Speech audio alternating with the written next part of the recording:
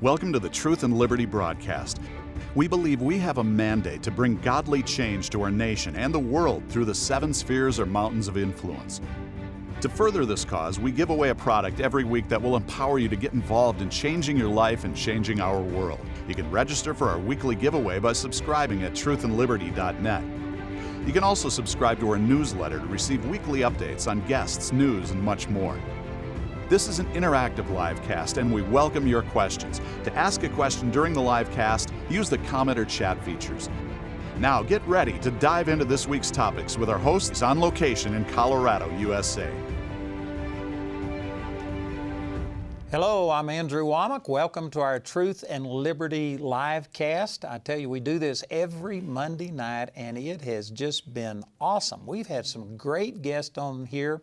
And this evening we've got 2 more great guests, but before we introduce them, we've got some things that we want to share with you. First of all, let me say that just, I think in the last 2 weeks, we've had Truth and Liberty going, but we've now reorganized, and we are now a 501c4, which means it's a nonprofit, but it's non-tax deductible. And the reason we did this is we can be as political as we want to be, which I was doing anyway.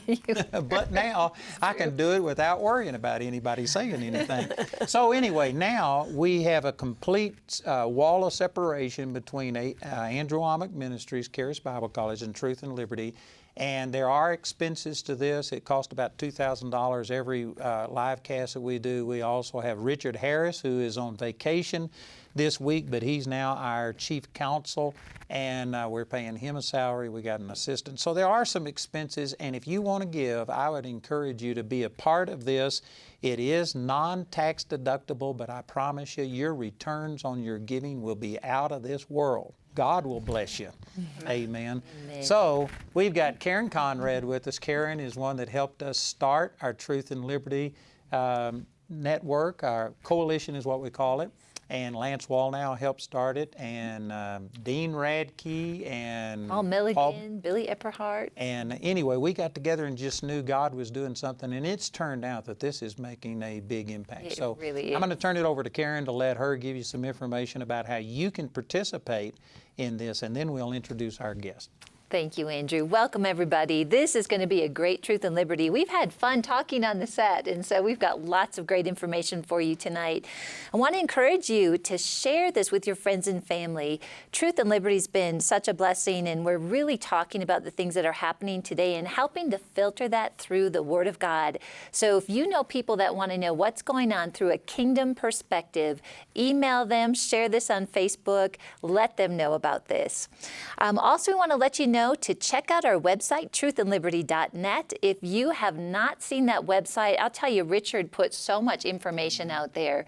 We've got links, we gather information, he does research to make sure we have all the articles up there that you need to know about, and we invite you and actually encourage you to watch this live cast on truthandliberty.net, because we have been known to be censored once in a while on Facebook and social media. And you know, we have probably 20 pages here that Richard put together on our blog just this week, and he's on vacation. Yes. When he's not on vacation, it's usually 40 pages. So there's a wealth of information. Yeah, he is a blessing. So make sure you check that out. Also, every week we have a giveaway, and tonight we are giving away Andrew's book, Sharper Than a Two-Edged Sword. And this is really a compilation of all of your teachings, or your major 16. Teachings. Just 16. I've got over 40 books, but that's 16 of them. Oh, it's so good. So if you want to have an overview of all the grace and faith teaching from Andrew, or a portion of it, the 16, this is the book for you, and he's already signed it. The way that you become eligible to win is you subscribe at truthandliberty.net. If you're already part of truthandliberty.net, you're already in the drawing. And we want to congratulate, last week's winner is Pam Byron. And Pam, you won Lessons from David. And so we are really excited about that, and that will be coming out to you soon. Also, we want to let you know about all the things that are going on at Andrew Wommack Ministries. Andrew, I don't know how you do all that you do, but just this week we've got the Healing is Here conference, which is, I think 4,600 registered for it. Wow. Not that many always show up, but it's going to be a full house. Oh, and we were just talking that there's like 1,000 people are healed, and we equip them to learn about healing. And so it's not just to come and get healed, but it's to be equipped so that the healing anointing and teaching goes all over the world. And you've got some great guests, great regulars. Todd White is coming again next week. Todd was with us just a week ago at our youth conference, Yes. and it was one of the best things I ever participated in. So he's going to be back. It'll be great. And he's coming back. Also, the In God We Trust rally, Restoring Faith, Family, and Freedom to Colorado, is September 14th, 2019. And the keynote speaker for this is Dr. Lance Wallnow. And this is an official Truth and Liberty event. So register, go to truthandliberty.net and be a part of this. If you live in Colorado, please join us for this. And we've got the Ministers Conference is coming up September 30th, where we've got ministers coming in from all over the world. So if you are a licensed minister, you want to check that out, and you can do that at awmi.net. One of the special things about Truth and Liberty is that we take questions from you, our audience. So if you're watching this on truthandliberty.net or awmi.net, go ahead and enter your question in the chat section. And we've got a whole team that sends that forward here in the iPad, and we take as many questions as we can towards the end of the show. And if you're on social media, go ahead and enter that in the comment section. And we just want to invite you, if you need prayer, if you have questions about this ministry, you can call 719-635-1111, and you can receive prayer, have questions answered, and you can also contribute toward Truth and Liberty, as Andrew described. So tonight we are so excited to really talk to our guests here, and we are excited to have you on board. We've got Dr. Bev Upton, correct? Correct. And Lisa Hendrickson. Right before we get into that, did you mention about Facebook censoring us? I did, and I told them to go to the truthandliberty.net. Where was I? Anyway, I was going to mention that. So I'm going to let Karen take the lead on this. These ladies met in the restroom. And they said that they were visiting, and they know all about each other through being in the restroom. So we do that. I wasn't privy to that conversation. So, Karen? Oh, awesome. Let's get started. All right, so Bev, you are the CEO of Haggai International, and we were talking in the restroom, and we had a lot of information, but you'll do a much better job of explaining what Haggai is than I will. And just tell us a little bit about you and kind of what the focus is with Haggai. Okay, Karen, thanks so much. We are really focused on making disciples of all nations, just the Great Commission, but it's a very unique model in that we equip strategically positioned leaders in Asia, Africa, Latin America, and the Middle East to more effectively demonstrate and present the gospel of Jesus Christ in their own nations. And it's a model that says leaders can change things and they can reach their own people probably a little bit better than if I or you, Lisa, you're a little bit darker here, but if Karen and I went to one of those countries, we might not be welcome. So we're equipping leaders in a 25-day process. And Bev, you said you got like 189 nations? We have about 118,000 leaders plus. Andrew, correct, in 189 nations. We've been at it for a while. Well, I've been at it for a while, and I'm not anywhere near it.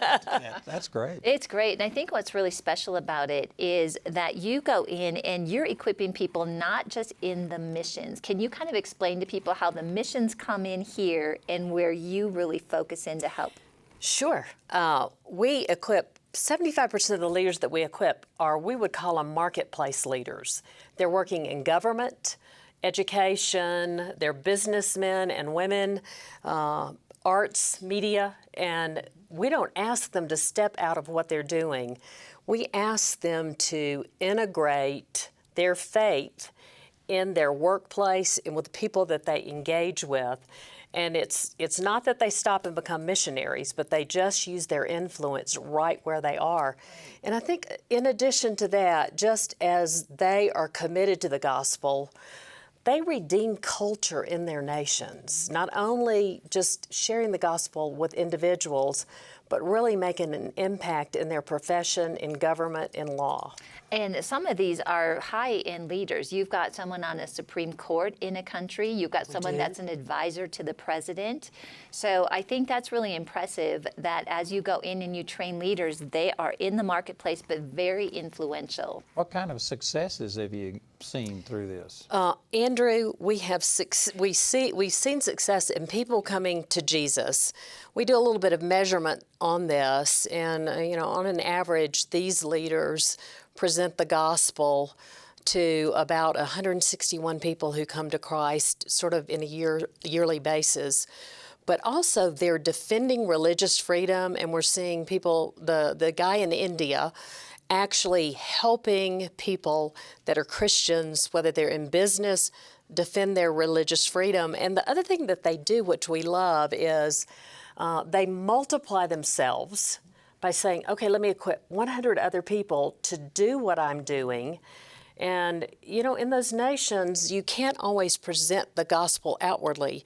And so they demonstrate the gospel by meeting human needs, building relationships with people that allow them to have the opportunity to influence these people and have the opportunity to tell them about Jesus. Well, before the broadcast, we were talking about most ministries go in and they do these humanitarian things and leave, what did you say, soul starvation? Yeah, well, they live in gospel poverty. We've looked, there's a lot of focus now on different aspects of poverty, which is good.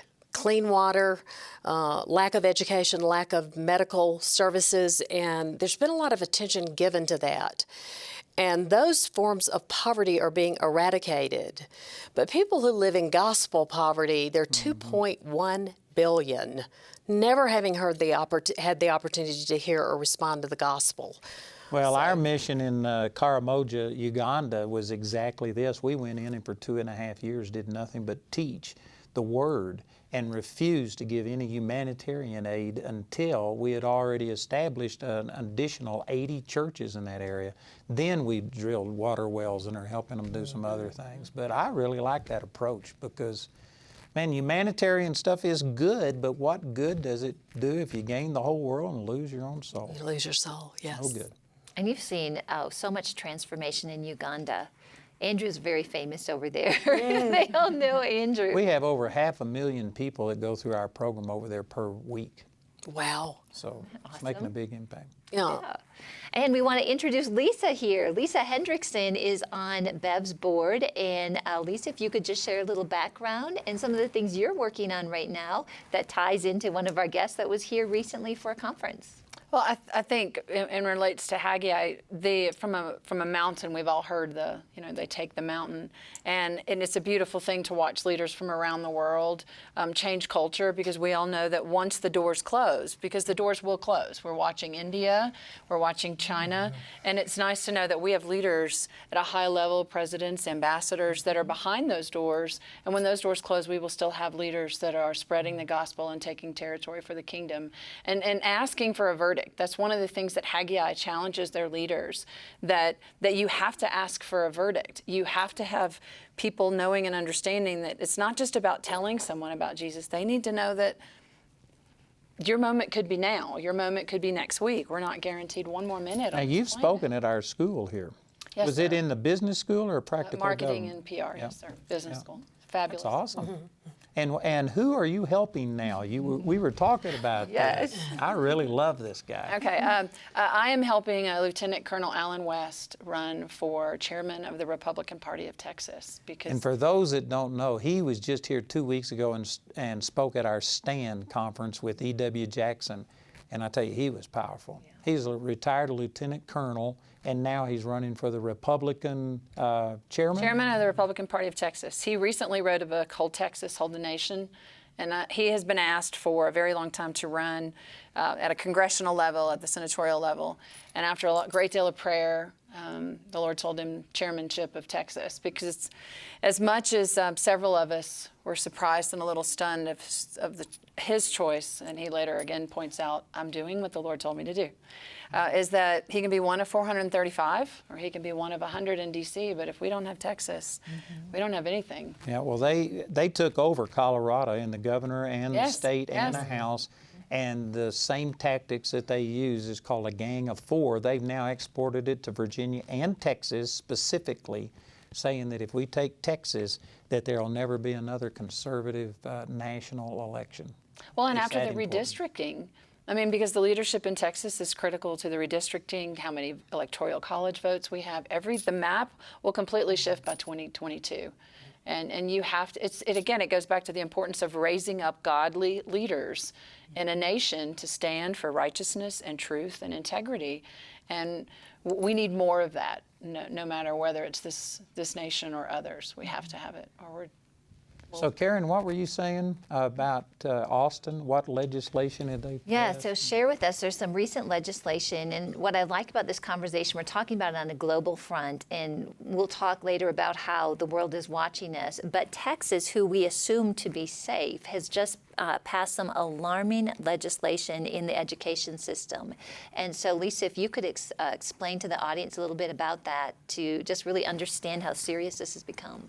And our last legislative session, Texas actually meets every other year, which for many of us are very happy that they can only change the laws and add and tweak things every other year.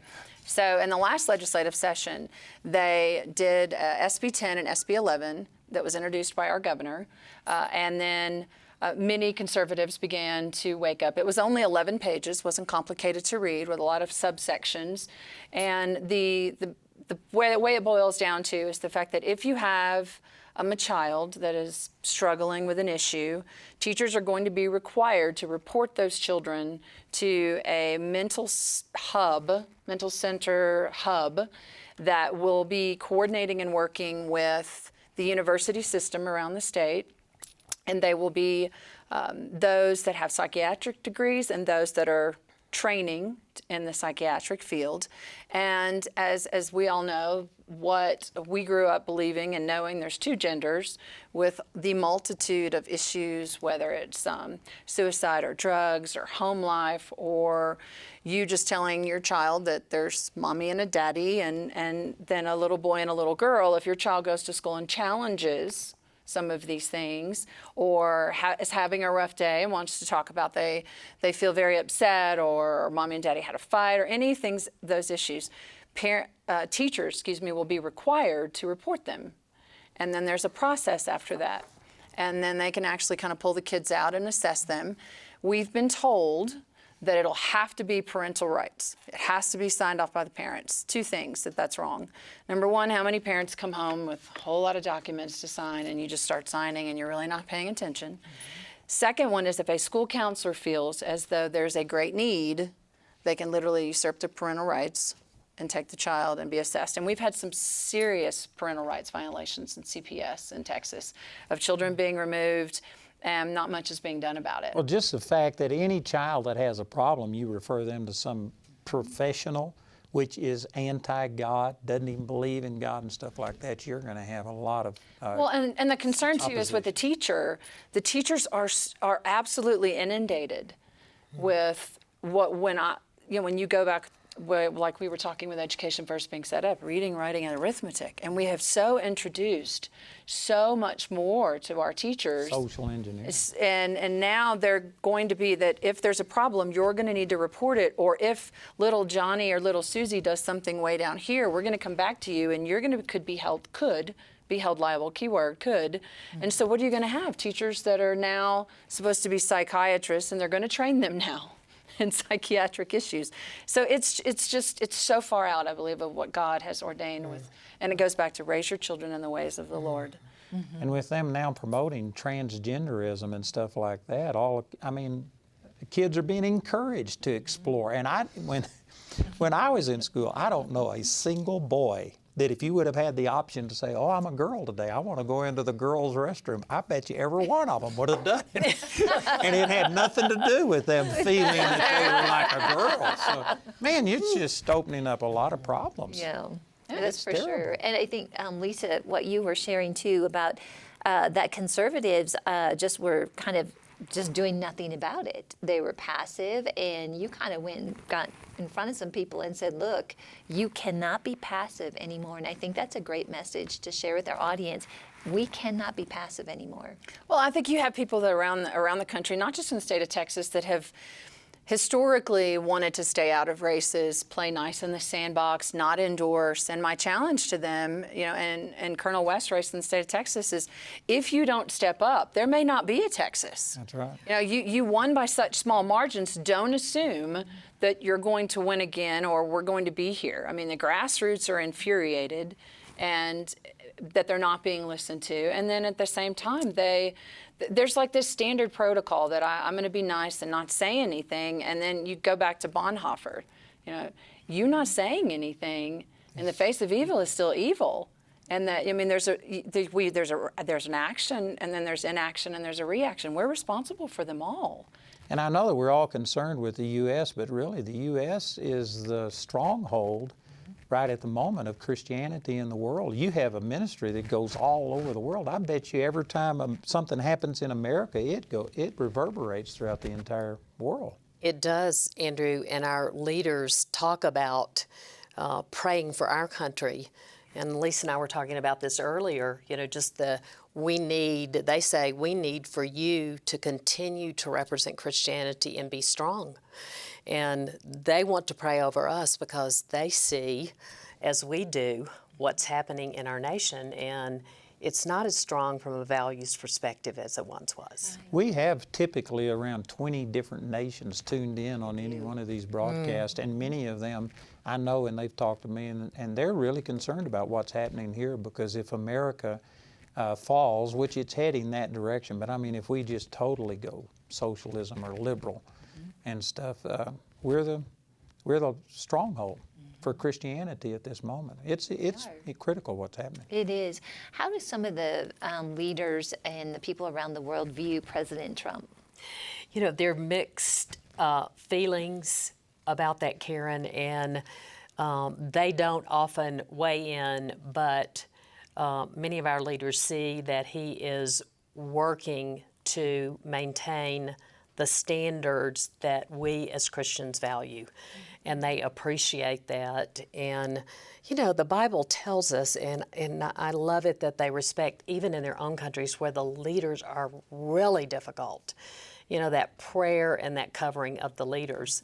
And so it does go to God places leaders in their places of leadership positions, and we pray for them. And so they do want us to stand strong. And some of those countries have actually seen what happens down the road of a country that's going in this direction. Yes. And so what are your leaders sharing with you about that? What are they saying that the United States needs to do right now to really hedge having that same experience? They don't have an answer other than it's looking to the church, the Big C church, believers, to say, hey, we have got to get involved. We have got to integrate our faith into the world that we live in. It's interesting to me, being in America and an American until I came to Haggai, I have blinders a bit. But when I got to those different countries, because some of these people have come to Jesus, they were Hindus or of other faiths, they understand that Jesus is Lord over all their lives. Their lives are very integrated. And so they integrate it into their work, their play, their family, anything that they do. And I think that's the thing that they would say that we need to be stronger in doing, integrating our faith into everything that we do across our lives. That's really interesting to me, because that is true of American Christians, that they have their Christian side and then they have their secular side. Well, it struck me, and I grew up that way. On Sunday, I went to church. On Monday, I went to work. On Wednesday, I might go back to church. But these people around the world are really integrating their faith in. I think they would say to us, we need to do more of that with the leaders in our own country, if they could reach that point. Yeah. Bev shared that we teach, Haggai trains them for 25 days. 12, 13 hours a day. It's not, 5 or 6 hour kind of conference with some lunch and, in the middle, and they go home. And when you, as a board member, we're given the privilege to audit, like sit in a class and kind of watch them from outside. And it's it's amazing and just the humbling process when you listen to leaders from around the world that have far less than we do, and they challenge themselves, because Haggai asked them, make goals. What are you going to do for the next 12 months? What are you going to do for the next 5-10 years?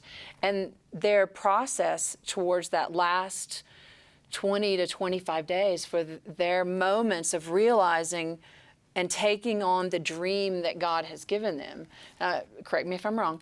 So Dr. Haggai, his famous quote is that you have to attempt something so great that if God's not in it, it's doomed for failure. Amen. And that's what every leader at Haggai is challenged to do, is that you have to dream bigger, and that God is who he says he is, and nothing is impossible. And with 12 people, he changed the world. Amen. And I love the scripture. It says, they turned the world upside down. And that's that's a great epitaph on your tombstone. She changed the world upside down for the kingdom. And Bev, could you explain, because before the broadcast, I was a little confused about John Hagee, Haggai Ministries. Would you explain? I'm sure some people are associating this with John Hagee. Yeah, it's John Edmond Haggai, and he started, Andrew, as a Baptist minister, but his father was from Damascus, and he escaped the Ottoman Empire when he was about 16 years old. And because he had relations there, he visited Beirut and the missionaries, and he really had a sense with the leaders there who wanted to participate, but really were not allowed to participate with the missionaries. And they said, hey, we know the country, we know the culture. So John Edmond was given this vision of, okay, let's equip these leaders in these countries. So John Edmond Haggai and John Hagee, who has a ministry of his own, but ours has always been global, and it's, again, Asia. And where is it based?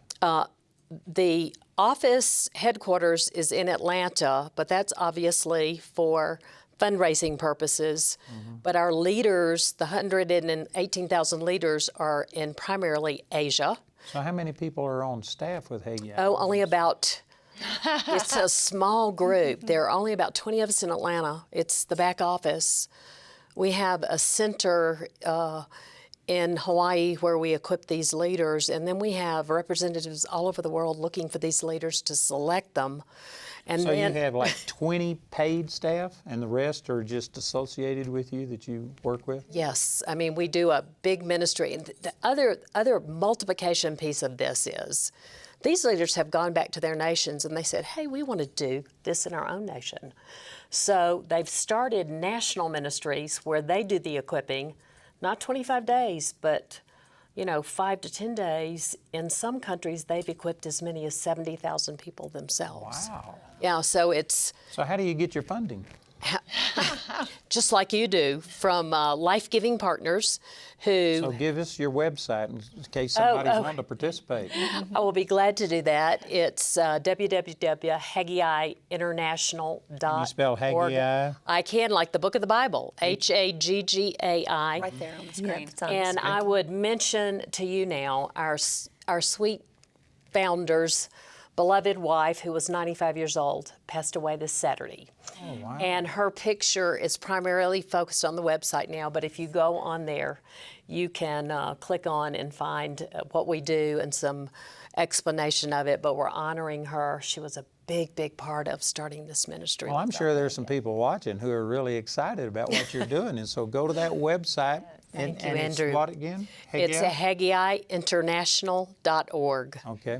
So you can go check there, and if you'll search, I'm sure that they'll let you give. I think we'd Strong be ROI would. on Yeah. that giving. Yes. That's right. Can we talk a moment about Asia? can. There is just, I was just seeing in the news all this happening in Hong Kong. They actually were protesting in the airport where they shut the airport down. And so what parts of Asia? Are you in Hong Kong, China? We do equipping throughout the world in all areas of Asia. I mean, we have leaders in all areas, including China. What are you hearing from them about all that? Well, it's, I think we get the news, and China has been open since 1978 for religion, and the registered church there are hundreds of thousands of Christians inside of China. And I think the president now is just really interested in maintaining the Chinese culture. And I know that you've heard the news too, of just making sure that that outside cultures are not overshadowing what's happening in there. But there is freedom of religion in there, and we're grateful for that because there are many, many churches and many Christians able to worship in China. Well, now, I've been to China, and they're cracking down on it. And there's some people that I know. One guy that started 50,000 churches. He's the head of 50,000 churches, and he spent 10 years in prison, and they are now making it really hard on them. Mm-hmm. We've got 250,000 people that get my devotion translated into Mandarin every day, sent in there, and they're having to hide. So it's not as good as it might sound. I know that they have the 3 Self Church. Yes. That is above ground, and it's approved and stuff like that. But there's a guy that I know that they actually went in and took his church away from him, confiscated the property, and bulldozed it. Oh my God. So it's That just There are challenges all over the world of religious freedom, and pockets where there's huge hostility against Christians and the churches. And but God is moving in amazing ways too in creating churches around the world in some of those. we got one of our Bible difficult schools places. in Hong Kong, and they Yes. have, I think, I forget the number, but it's 200 or something students that are in China that are taking it through the internet and stuff like that. So it's really good. Impacting Asia. And I think just what you're saying too, the focus is to go in the leadership or the market area. So some people that are part of your program are probably not in that, they're not seen as part of the church over there. They're not in the space of being a pastor, right? Wow, very interesting. So Lisa, with the things too, if we could just go back to Alan West here for a moment and talk about Texas, again, kind of the global and the local. We were visiting a little bit about the strategy that's been happening in Texas. And, you know, when we look at Texas, that's one of the states that you'd say that would never be at risk. And here we are at risk. So what is happening? How are things like this starting in states as conservative as Texas? My personal opinion would be the fact that you have had churches, little c, not necessarily stand up and declare certain things are happening and kind of wanting to be more concerned about their tax status when they see certain issues. And then I would say that it's coming from California and went into Colorado and Arizona and Nevada, and it's just kind of rolling straight through. And People are fleeing California because it's falling apart, and they're exporting that they are. doctrine. I can tell you what, and the irony is that Colonel West actually challenged a group of people a couple of weeks ago, and he said, look, when you see people moving in, introduce yourself, be nice, welcome to Texas, yet ask them, why are you coming here? And then open in a nice dialogue to explain to them, you're coming to Texas because the low taxes, very conservative, socially, and please don't mess it up. Yeah. I mean, the slogan, don't mess with Texas. Please understand that we are trying to protect. I think it really boils down to the majority of Christians, I think, would agree that we've gone to church and you go to work and you just assume. You assume that everybody knows boy, girl, and then all of a sudden you've got 82 or something kind of gender issue, and you kind of begin to go, how did this happen? On what planet did somebody think this was a good idea? And I think it's less than 6% of the population, they say, that minority that changes things. And I think there's just a group of people that thought, that'll never fly, and nobody will ever believe that. And then all of a sudden you wake up one day and you've got pastors that can't speak truth, and you've got schools that want to implement sex education. The textbooks are changing. They're coming out of California, and David Barton, as you know, we had a great conversation with Colonel West a couple weeks ago. walking through what they're changing in the textbooks. America's supposed to be to blame for absolutely everything in the world. Yeah, that's totally and so it's happening because we're not pushing back. And I really do. Bev and I were having this conversation in the car. I really believe that people are waking up and saying, that's it. It's that line in the sand like the Alamo, and it's gone right back to that says, you know what, we're done. You can't cross here. That's it. We're not. Well, you know, the Equality Act that has been passed in the House, if we lose the 2020 elections and get in a Democratic control in the Senate and a Democratic president, they're going to pass that thing, and that will end Christians being able to speak if that thing passed. And I don't really think Christians are paying attention to the scope of what's going on. I think you saw Christians be mobilized in the 2016 election because it really wasn't about anything else to us except the Supreme Court. I knew if Hillary was elected, it's it. And I know what President Trump is saying, and I'm going to believe and trust what he's saying versus what I know that's going to happen. And there were many that had seen his list and said... Well, Barna's surveys showed that it was the evangelical votes that put Trump in the White House. But in the midterm elections, the people that are extreme left hate Trump. They turned out in record numbers, and the people who put Trump in office didn't turn out in the same numbers. So if that trend continues, you know that the people who hate Trump are going to show up. And if the people who are for what Trump has done don't show up, we're going to... It'd be devastating. We have to go back into the urban communities. That's one thing that Colonel West has continued to say is you have to go back into the urban communities. The Hispanic community, the Black community, they have some of the same issues, some of the same heart. We share biblical values and principles and pro-life and conservatism. And I mean, when you find out, I remember I did not know until Colonel West told me that the Republican Party of Texas was founded by 150 black men that got together and formed the party. So it really does go back to the groups that you might have thought you don't have anything to agree on or sit around. It's to sit around a table. Let's sit and have coffee, break bread together, and figure out what can we work together on to move the ball forward in the right direction and not towards the left. Amen. If anybody didn't check out our Stand for Truth and Liberty conference, you ought to go listen to E.W. Jackson's message. It was on fire. He's a black pastor from, I think, Maryland is where he is, in the Washington, D.C. area, and it was one of the best messages I ever heard in my life. He is so bold. And for a white guy to say it, I'd have been crucified. But because of the color of his skin, nobody can criticize him. It was powerful. He is Well, you so just said energetic. it's bold. He is bold. He's For bold. the truth. Bold. For the truth.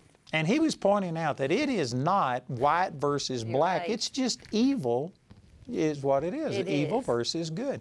You know, I just watched a documentary, and in California, we were talking about California's politics. Did you know back in the 1800s, when they struck gold, the Chinese were coming in and painting for gold, and then there was blacks after the Civil War that were coming and painting for gold. And so anyway, California, the government put out a reward. If you'd bring in a Mexican's head and cut off his head, they'd pay you per head. Who did that? The California government. That was the government, and people sit there and say, well, see, that was racist. No, it was all about money because they were coming in and they were coming against the Chinese and against the blacks and everybody because it was competition. So anyway, it's not racial really, it's just moral versus immoral. And the church is the only one that's really qualified to get into this arena and fight these battles. Well, and that's a lot of why Truth and Liberty was birthed, is because the media is trying to get it. Everything that comes out now is a racial issue. The media is bringing that in and stirring up racism. And just like Andrew said, it's not about that. So how do we cut through that? You know, how do we cut through some of this stuff that's happening? Because it just seems like the media is dictating the way that our country is thinking. Well, I hate to interrupt, but if we don't take some questions, Andrew? So, Anyway, we've got just 19 minutes left, so I think we ought to go to some questions. Okay, sounds great. All right, so our first question comes from Antoinette, and this is what she is asking. Do you think the leader discipleship model that you're using for non-Western countries would work here in the United States? Well, of course, I'm going to say yes, Karen. That model is all about biblical leadership, integrity of the leader, discipline of the leader, and it starts with first the vertical relationship with your father. And then it goes to, okay, you have that, and now how do you move out into your world to engage with the culture, engage with people? So do I believe it would work here? I think it would. Do you have any training on leaders here in the States? We have not started that, Andrew, and that could... Well, after 50 years, it's time. It's some of our life-giving partners are saying that as well, and we keep getting that message. So maybe the Lord will lead No, us it's in great. that direction. America has been the greatest missionary country that's ever existed, yes. and it's awesome. But if we don't start doing something here at home, we aren't going to be able to. You have some classrooms you want to volunteer? I do. Right here, we'll right help here. you. It's good. That's right. Okay, this is a question that came in on chat, and it says, a recent news article shows the incredible bias towards people of faith. Social media outlets won't condemn harassment and threats when it's aimed at pastors, only censorship. What are your thoughts on the changing landscape of social media, and how will pastors be able to get the word out? Oh, that's to me. I think that's a Well, I think you again. You have to be bold. I think if I've got the name right, it's All Social. yes. And so I think there's other platforms. I think it's going to take a commitment of people to say that's enough, turning off. I mean, when different shows come out on Netflix or Hulu or all of the different brands, and people are like, that's it, I'm out, because your money talks. I remember, 20 plus years ago when Friends, introduced a homosexual character, and it was funny. And I remember turning the TV off, and my husband and I looked at each other, and we're like, well, we're not watching that anymore. And we had family and friends that were like, it's not that big of a deal. It was funny. I'm like, that's the way it works. That's right. You really, I think to answer the question, money has to start walking. It's not just something we talk about and keyboard warriors on Facebook or Twitter. You literally have to begin to bring your money out of that sector, because everything we sow, everything you give, every check you write, you're sowing into something.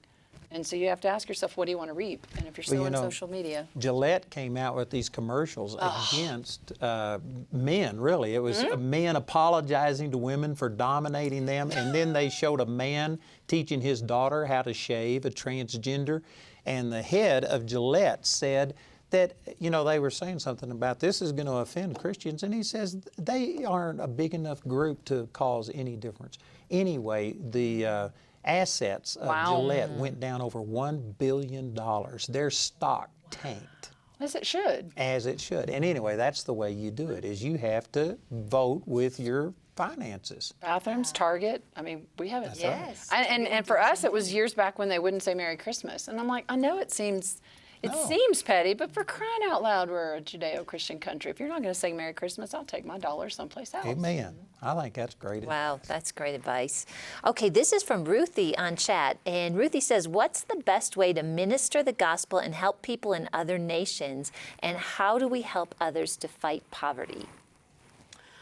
Okay, how do we minister the gospel to other nations? Well, as you and I talked about at the beginning of the program, I have been in Singapore, and I have been in Hong Kong, and I've been in churches where everybody around me had dark hair. Now, we believe people who are like us.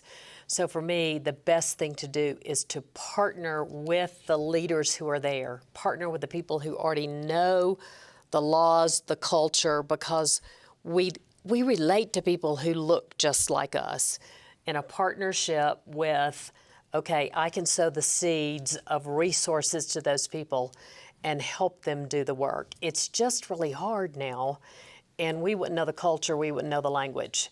So the partnership would be how I would say you should go. To help others. I believe that the end goal should be that we ought to always raise up nationals. The Lord told us to make disciples, not converts. And so I agree with that. But did you know the gospel is the power of God? Amen. And Paul went into places that there was different languages, different cultures and stuff like that. And so it goes back to kind of what Lisa was saying. If we just get bold and preach the word, the truth will always trump deception if it's spoken without apology. But Christians are apologetic, and we're fearful. It's the spirit of Antichrist is what it is. They call it political correctness, but it is a demonic spirit that is affecting people and keeping them from speaking the truth. So you got to speak the gospel, and doesn't matter what your color of your skin is, your hair, or anything else. Ultimately, it's the gospel that's going to change people. That's really good, Andrew. Thank you. All right, this is from Millie on Facebook, and she says, concerning Texas, is this suggested legislation only for public schools, or will Christian school teachers be required to report students also? That's a great question. First off, let me also preface, Texas, I can tell you, SP10 and SP11, but this was implemented in other states across the U.S., so you might want to actually check with someone that you can trust in the education field. Right now, it's only public schools. There are charter schools, and I believe the catalyst, or the catch-all, it's actually better, is that if you receive state money, then you're going to have to comply with the rules and the regulations. But homeschool associations were fighting it, and there are a lot of people that from a charter school, private Christian schools, that want nothing to do with it. The catch is the money. If they're taking the Texas taxpayer dollar, then it could be held liable. I'm not familiar with Texas, but we went and spoke before the state Congress or Capitol about HB 1038, and it covers charter schools, private schools, anybody on sex education. You have to teach the LGBT curriculum, and it's against the law for a Christian to stand up and say, I believe marriage is between a man and a woman, because they consider that bigotry. And did you know that the American Psychiatric Association just 2 weeks came out with a thing, and they said anybody who believes in marriage between two people instead of 3, 4, or 5, polygamy, it's bigamy. I mean, it's bigotry. And so now the American Psychiatric Association is saying that that's bigotry to just say marriage is between two people. So my goodness. And when you just the psychiatric department, and that's who is going to be dictating for us. Yep. The and then the best part to me actually was the fact that students will be part of, from assessing from universities around the state of Texas will get to participate in this. So and when you follow the money, it's one thing I love to tell my kids, just follow the money. You'll know all that you need to know when you follow the money. And there's a great deal of pharmaceutical money in this endeavor. And if you begin to watch, if you can get kids on medication for 10 years, you own them. You can own an entire generation that are completely handicapped or not necessarily mentally where they could be if you can get them on medication and stop certain things from happening puberty-wise or mentally. That's the same thing with abortion, that they sit there and talk about women's rights, but it's follow the money. That Unplanned movie showed that Abby Johnson got upset because they were wanting her to increase the number of abortions because of the money. It wasn't about helping the women at all. The love of money. That's the root of all evil. Wow. This is a good follow-up question to that. This came in from Steve29 on chat. And he says, how can we keep track when these bogus education bills are coming for the state that we're in? And what is the bill called for the requirement of teachers to report children to psychiatrists? In Texas, it's SP10 and SP11. In our house, SP10 was actually shut down, and through a underhanded maneuver was moved up under SB11. So, and whatever state you're in, you're going to actually have to go do a whole lot of digging. We have a phenomenal advocate in Texas and what we call SREC, State Republican Executive Committee members that were fighting for this issue and getting a lot of material out there. Again, it was only 11 pages, so it really wasn't very complicated to read. It makes you pause and ask the question, who gets to define proper? Who gets to define what is normal? Because as you just said, what I grew up thinking is normal is not necessarily where they are. So it's going to take a whole lot of digging for you to assess what's there until you're thrust upon it. And I mean, there It's just not a good situation. But you know, this question points out one of the reasons I think Christians don't get involved, because it is confusing. It's complicated. How do you know all of this stuff? And in Colorado, there was a group called the Gang of Four. You can go look on YouTube and find Rocky Mountain Heist, and they have Michelle Malkin is the host of it, and it exposes it. 4 people got together. Governor Polis was one of them. They were all millionaires, and what they did was start with the school boards. They started on the local level and took over these local things, and then that gave them a platform to go to the state conventions and stuff, and in 15 years they completely changed this state.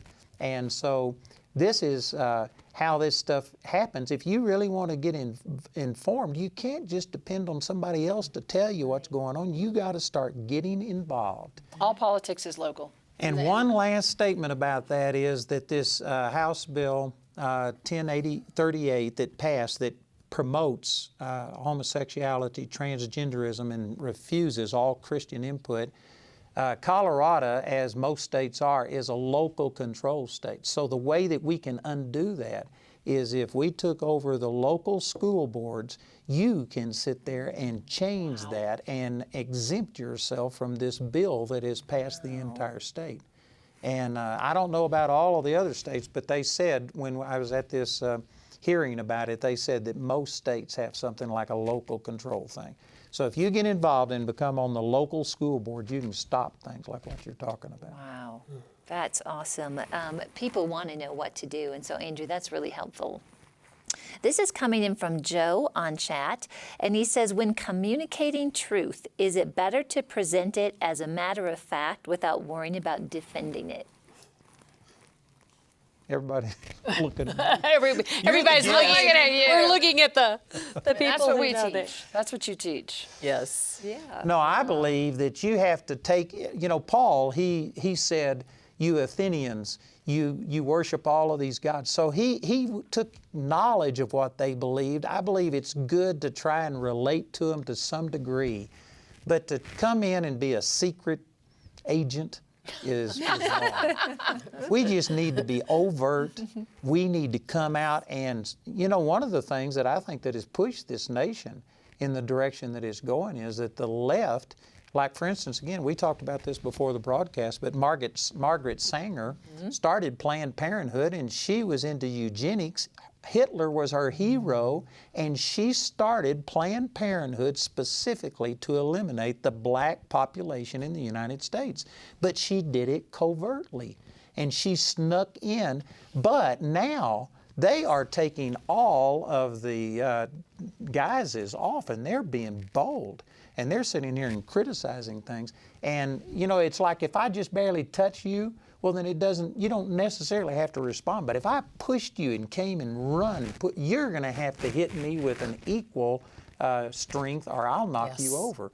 And we are in a situation now where, I mean, the left is not playing nice. They've taken the gloves off. They hate Christianity. They hate anything that's moral. And we have to be bold and just speak out the truth. And I believe we need to be aggressive with it. Yeah, I think so too. We've learned that. One of the things we talked about earlier, and we're always encouraging people to vote. I mean, really, bottom line is if we got all the Christians that are in the United States registered to vote actually to go to the polls, this would not even have to be a discussion.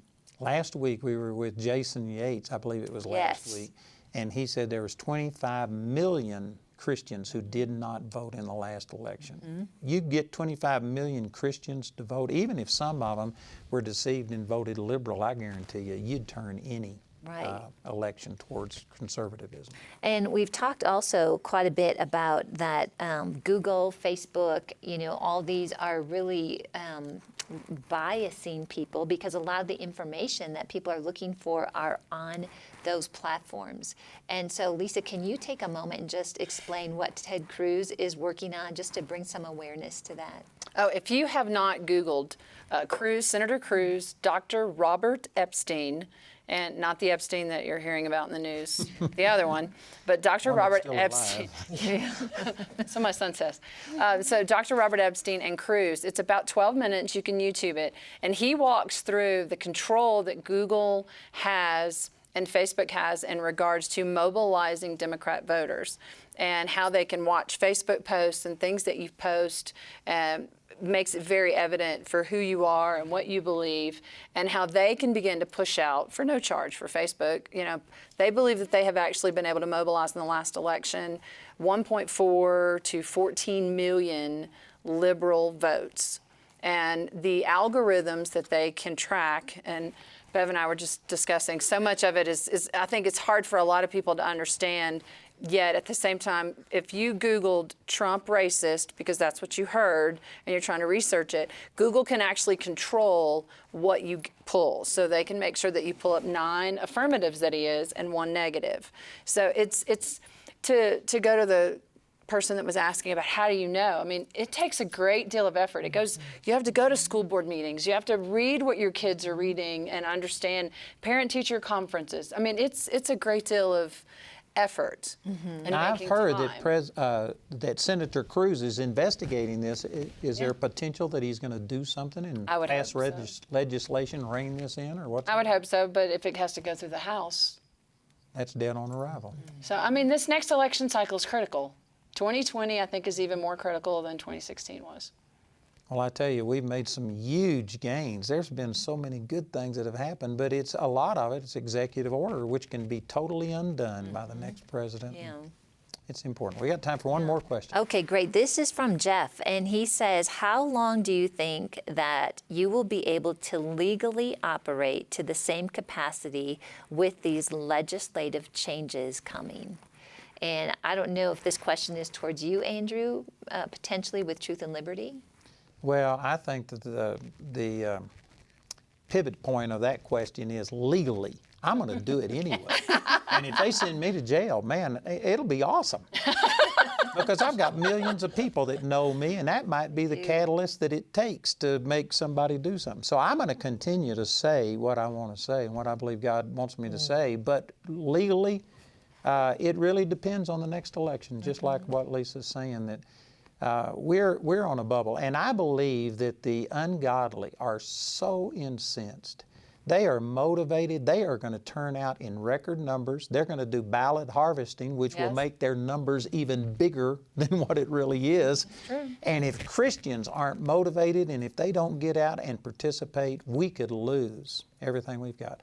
The only really good thing that's going to stick is that Trump has put in Supreme Court justices and appellate court justices that are going to be at least a speed bump in the paths of the liberals for the next generation. And that's one good thing that's going to last. Yeah. That was a big deal. That's good. And you know, I've been around you for years, and you've said that the whole time, that you will always stand for truth. And we have an opportunity as a country and as Christian voters to prevent something like what he's asking from happening. We just need to get out there and vote, be passionate about this. And it's just like, contributing to this truth and liberty. Some people don't get a tax-deductible receipt, and so they may not give. Man. I missed that in the Bible. Yeah. Where does it say? I don't think Paul got tax-deductible receipt. That's just crazy, some of the mindsets that people have. We are just about out of time. I want to thank you, Bev and Lisa. Thank you so much for being with us. Well, thank you for having us. Praise God for what you're doing. Real quickly, what's the website again? Oh, for Haggai, HaggaiInternational.org. And you can go there and check it out and contribute to them. Also, we would love to have you be a part of this. We're just beginning to raise funds. We can't put any from our 501c3 into this. So if you want to see this continue, please go to our website, truthandliberty.net, and contribute. Thank you, Karen, for being with us again. Thank you so much. It's so great to be here. And thank you for joining us. Be with us again next week for our Truth and Liberty. Join us next time for the Truth and Liberty broadcast. Find tonight's episode and related articles and links at truthandliberty.net. Truth and Liberty is viewer supported. If you'd like to help us continue our live casts, you can make a donation at truthandliberty.net or by calling our phone center at 719-635-1111. Our prayer ministers are there to help you with your donations and to pray with you.